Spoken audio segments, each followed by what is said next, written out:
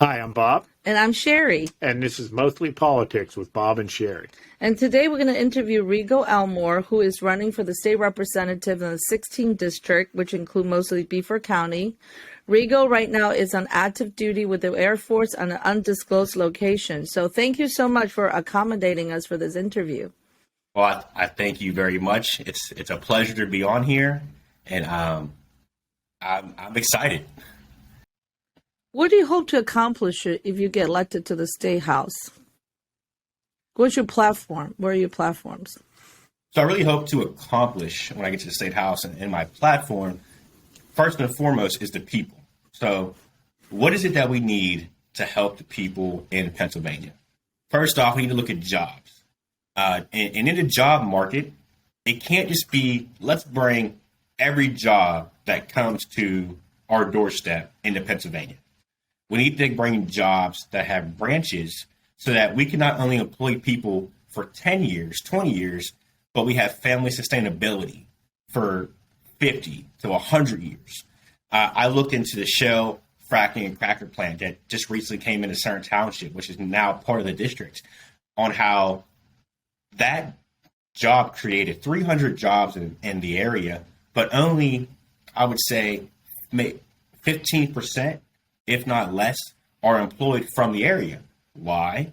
Because individuals weren't ready. They weren't trained for these specific jobs. So what happens is we bring people from the outside to do these jobs, and that creates animosity with the people inside the community and the district.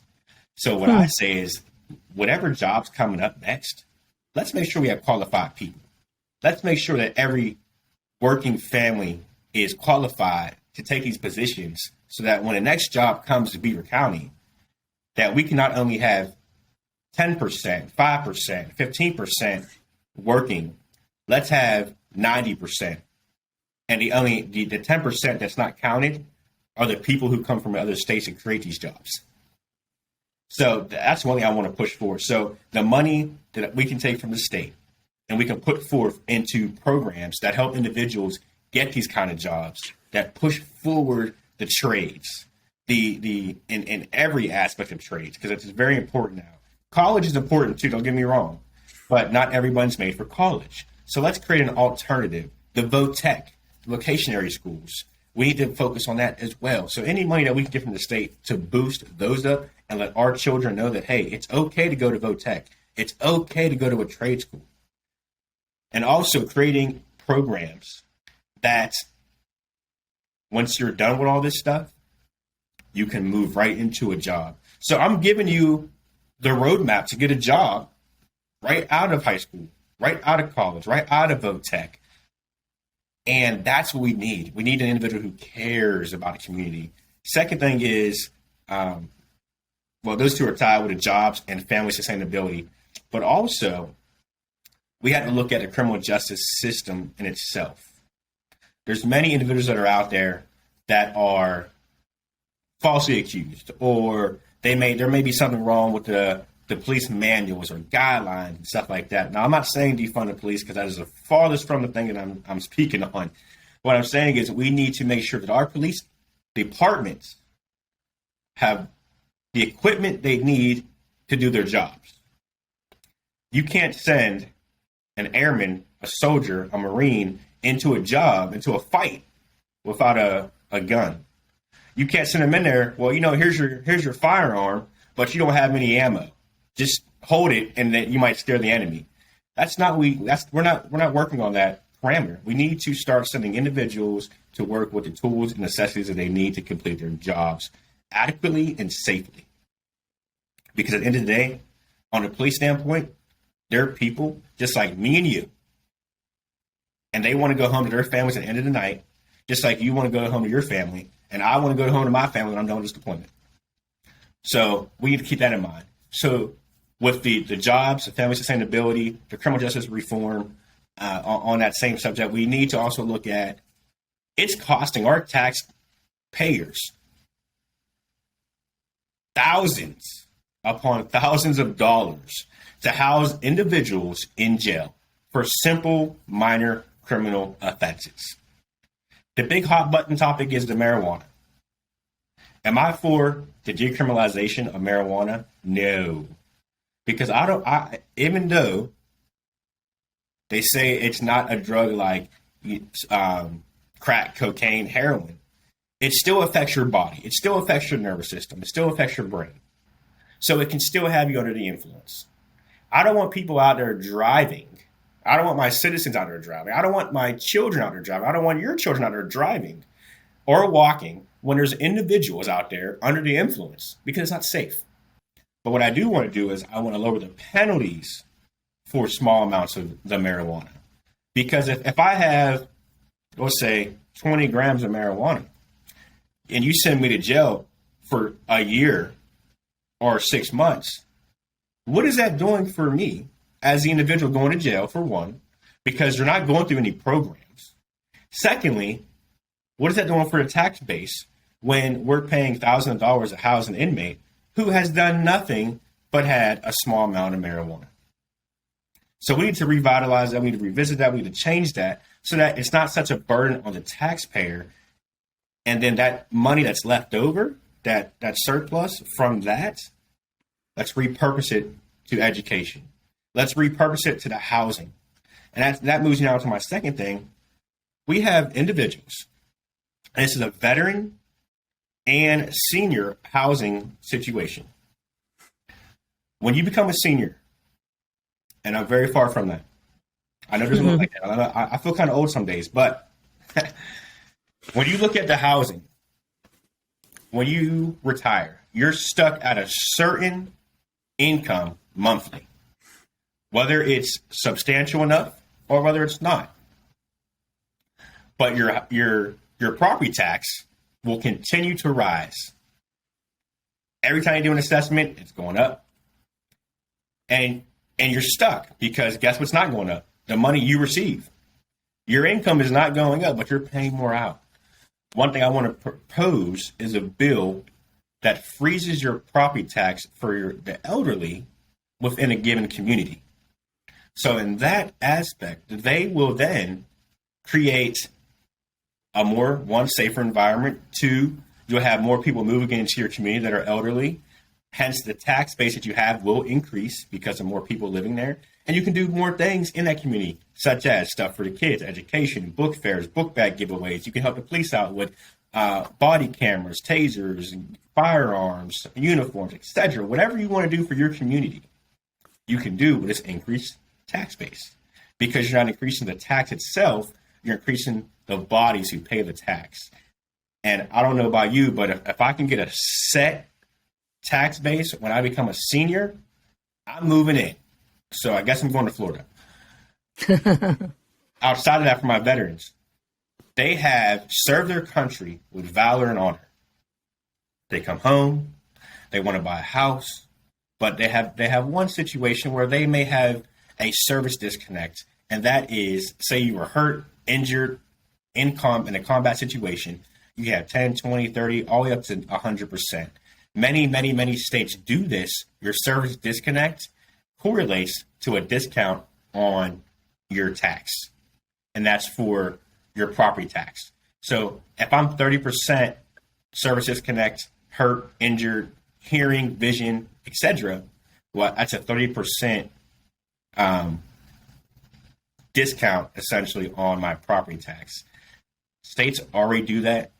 Why doesn't Pennsylvania do that? We have the highest taxes. Why can't we forgive a little bit so that veterans and elderly can succeed? You mentioned about kids. Do you have children? I do.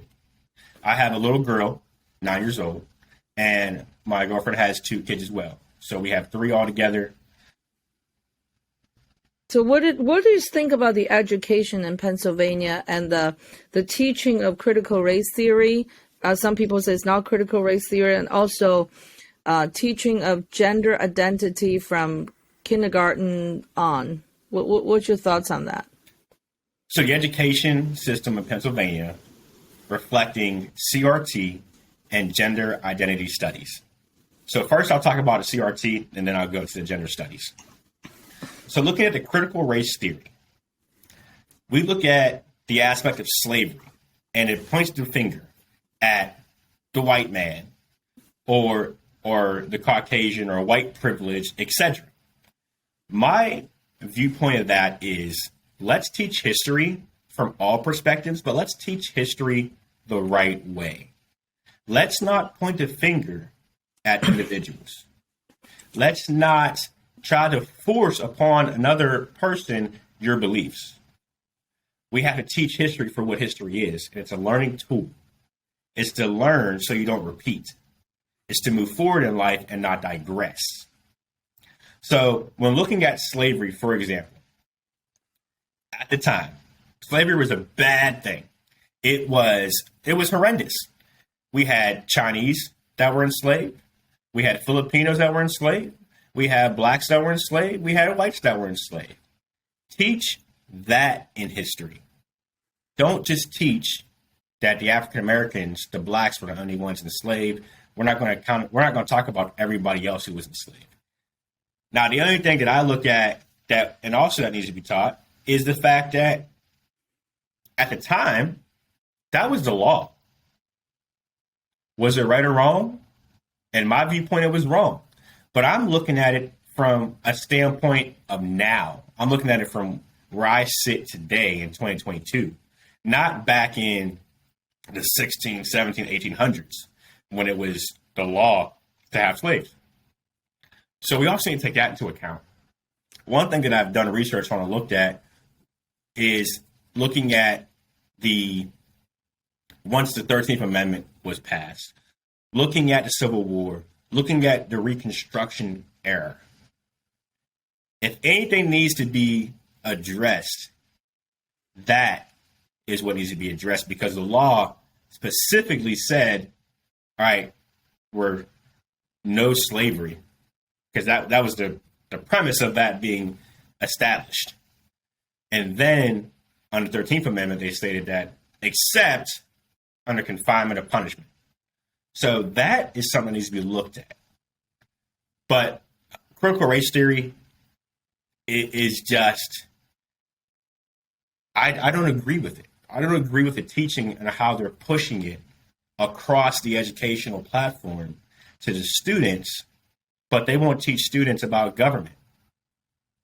So, I mean, one and one, you need to learn your history, but don't you need to learn about the government and everything else too? But they don't teach that. And financial literacy, there's other things that they can be teaching students to help them be successful in the future, but they're relying on the past, and it's creating a division within people, within races, within culture that is not showing success within groups and individuals, but creating a dysfunction.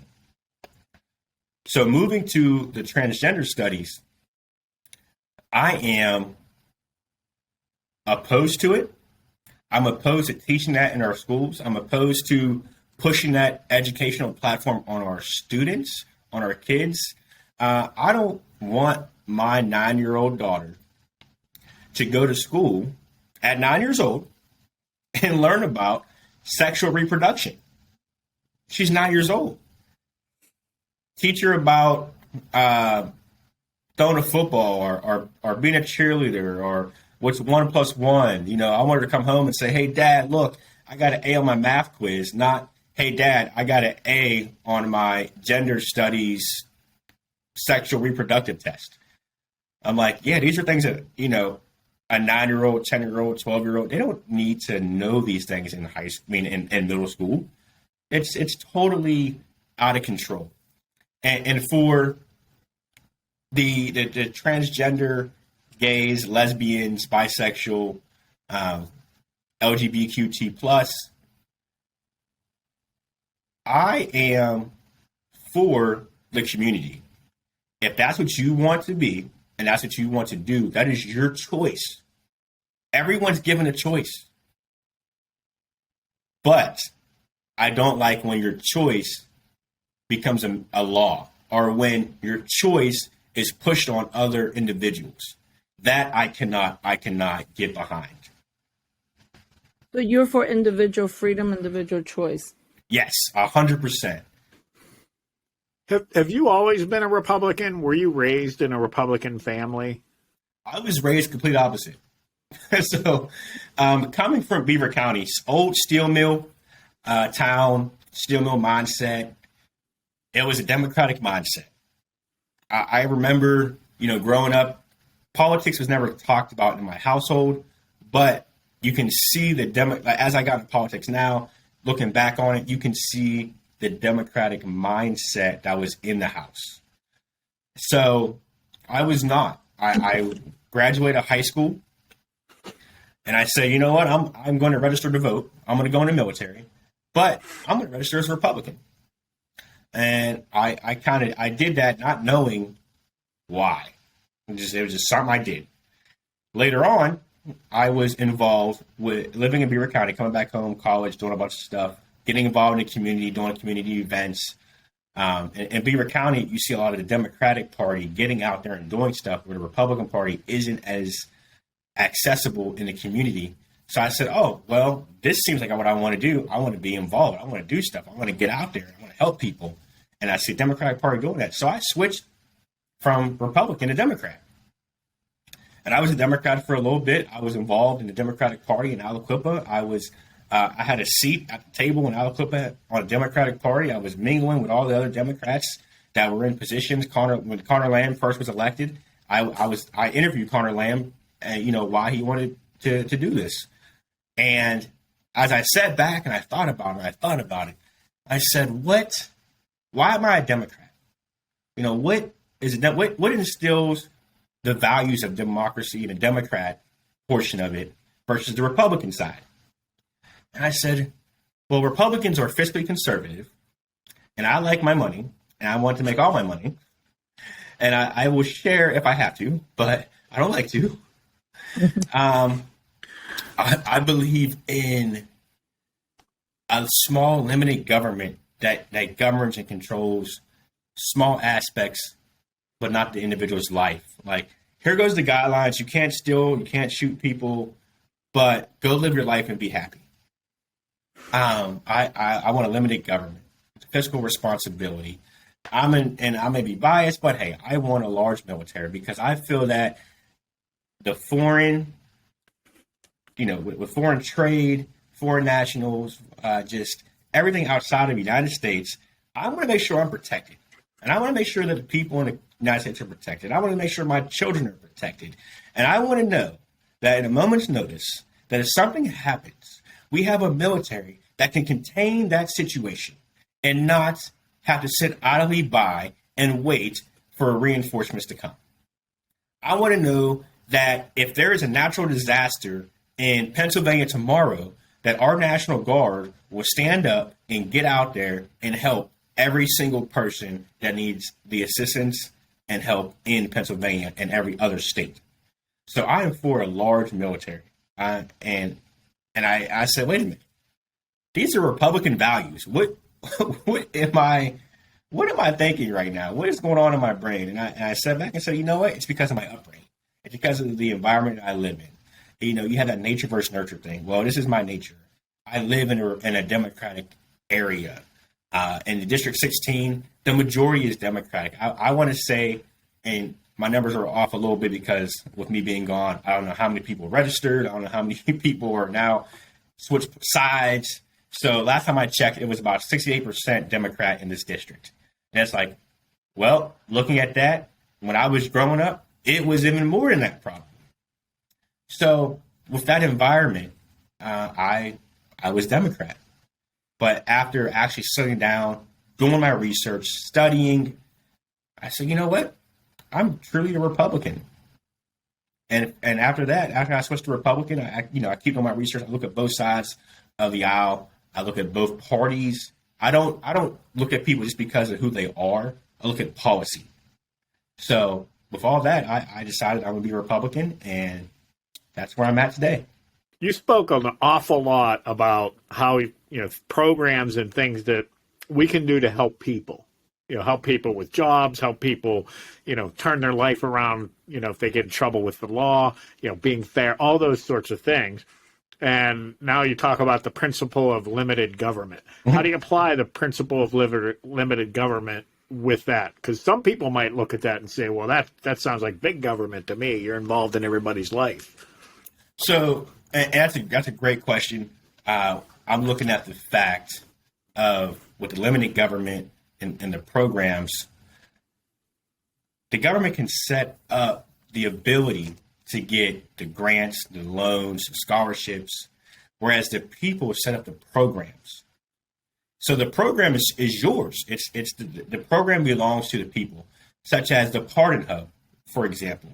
The Pardon Hub is our program in Beaver County, whereas getting a pardon is something the government has set up already.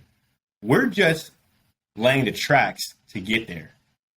So if we look at it in that retrospect, whereas we go to the government to get funding for a program, but the people still set it up, it's still theirs. The government, the only thing they have involved is the money that we get from them. They have no insight on what goes on with the money, where it goes. How does this part of the organization work versus that part of the organization?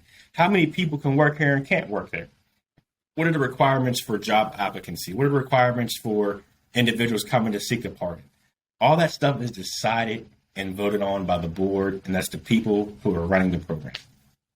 Okay, so people that are seeking help, getting help, they're not dealing with government employees or bureaucrats, elected officials. They're just dealing with regular people like them. Exactly. Okay. And Rico, Right. when are you coming back? And if people want to reach out to your campaign, how would they do that? Do you have a website? Do you have something like people can reach out to you? So I will be home, God willing, fingers crossed and praying, by the end of this month.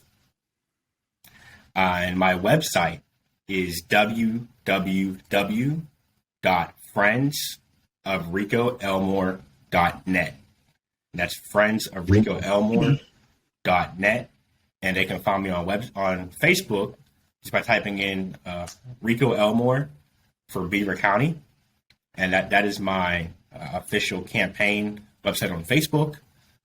And also my link is Elmore 2022 on Facebook as well. And they can't find me under Rico for Elmore for Beaver County. Or they can give me a call when I get home because it costs a lot. And my number is 412-328-8224. And I'm willing to talk to anybody about any situation, any comments made today. I believe in transparency. That's one thing that we fight with the government today is transparency. So I'm here for everything that they want to talk about. I will be that way once elected. I will still continue to be in the community and talk to people. Well, You referenced, just real quick, last question. You referenced your faith quite a few times. Can you just talk about how your faith kind of forms your views, maybe, how it drives your life the most? All the things you talked about, is faith part of that? Faith is number one. Faith is in the front of everything. Like I said, I attend Second Baptist Church in Beaver Falls. I'm a Baptist Christian. I believe, not only in a higher power, but I believe in God. I believe in Jesus Christ. And ultimately, at the end of the day, he's the one who will judge me. It's not up to the people. It's not up to the government. It's not up to my parents, my friends. It's not up to them to judge me. At the end of the day, the Lord has the final say so on what happens with your life. We have free will. What you do with it is up to you, which once again, that's why I say choice, because if the almighty and powerful knows all, sees all, can give you a choice, well, why can't I? So I'm not above that. So I pray every morning for wisdom and reading the Bible, and in there it says, love your brother as you love thyself. And I firmly believe that. And not only my brother, but like the people. That's why I'm so involved in what's going on in the community, because I see everybody as my brothers and sisters in Christ. And if I can look at you and say, you know, I can help you do this, then I'm doing God's work. And that's, at the end of the day, that's important.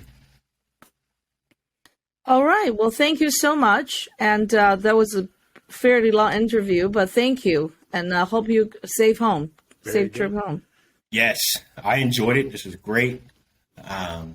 And the fight's not over yet. We got to keep going on. We got to protect the people. We got to fight the good fight, because if we don't, no one's going to. Yep. Thank you. Right. Thank you, Rico. Thank you so much.